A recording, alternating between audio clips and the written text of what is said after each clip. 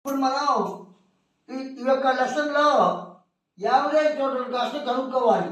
What is the average total cost in producing 10 units? ఈ fixed cost is 1000 rupees and average variable cost is 2 rupees. స్థిర వ్యయం 1000 రూపాయలు, సగటు చర వ్యయం 2 రూపాయలు అయితే 20 యూనిట్ల ఉత్పత్తి స్థాయి వద్ద సగటు వ్యయం అంతా కనుక్కోవాలి. అంటే ఇక్కడ యావరేజ్ టోటల్ కాస్ట్ అంటే యావరేజ్ కాస్ట్ అన్నా ఒకటే.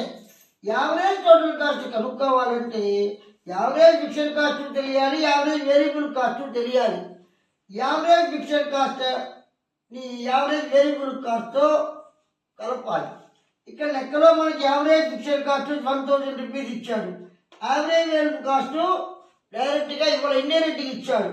అంటే 20 యూనిట్స్ 2 రూపీస్ దగ్గర ప్రొడ్యూస్ చేశారని చెప్పారు. అందుకని 2 రూపీస్ 20 యూనిట్స్ మల్టిప్లై చేయాలి. అప్పుడు యావరేజ్ వేరియబుల్ కాస్ట్ వస్తుంది.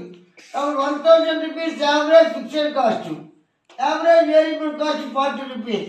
1000 ప్లస్ 40 రూపీస్ చెప్తే 1040 వస్తుంది. అంటే మనకి average variable cost average total cost వచ్చి 1040.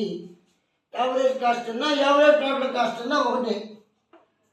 సగటు మొత్తం ఏం కనుక్కోవాలి, మనం సగటు వ్యయం కనుక్కోవాలి. సగటు వ్యయం కనుక్కోవాలంటే ఈక్వేషన్ ఉంది. సగటు స్థిర వ్యయం ప్లస్ సగటు చర వ్యయం.